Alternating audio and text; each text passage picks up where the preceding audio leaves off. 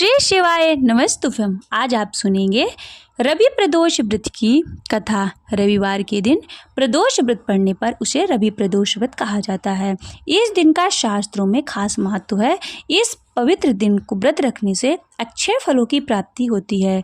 साथ ही यह तिथि भगवान शिव और देवी पार्वती की पूजा के लिए सबसे उत्तम मानी गई है।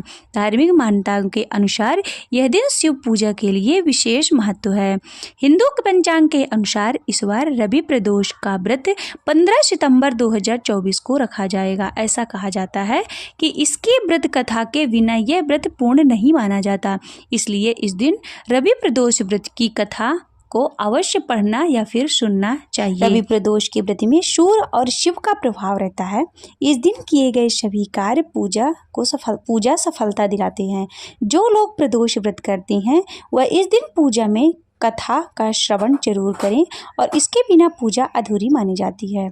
आइए अब सुनिए रवि प्रदोष व्रत की कथा।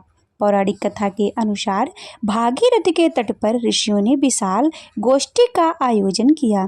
इस सभा में व्यास जी के शिष्य पुराणवेत्ता सूत जी महाराज भी पधारे।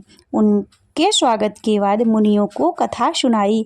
इसके अनुसार एक गांव में एक गरीब ब्राह्मण रहता था। उसकी पत्नी प्रदोष व्रत किया करती थी। उसका एक पुत्र था। एक समय की बात है, वह पुत्र गंगा स्नान करने के लिए गया, लेकिन रास्ते में ही चोरों ने उसे घेर लिया।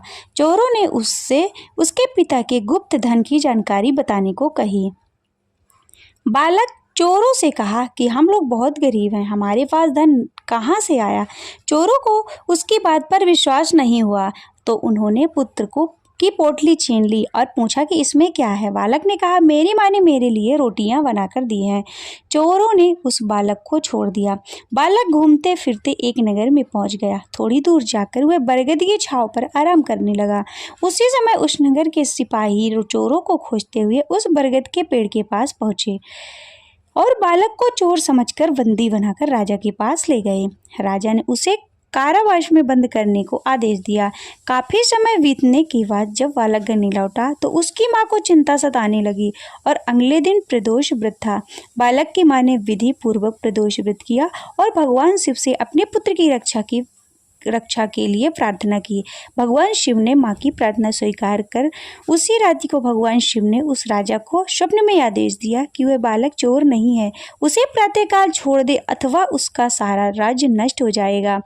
सुबह होते ही राजा ने शिव जी की आज्ञा अनुसार उस बालक को कारावास से मुक्त कर दिया और बालक ने अपनी सारी कहानी राजा को सुनाई। फिर अगले दिन उस बालक की माता पिता को राजमहल में बुलाया गया।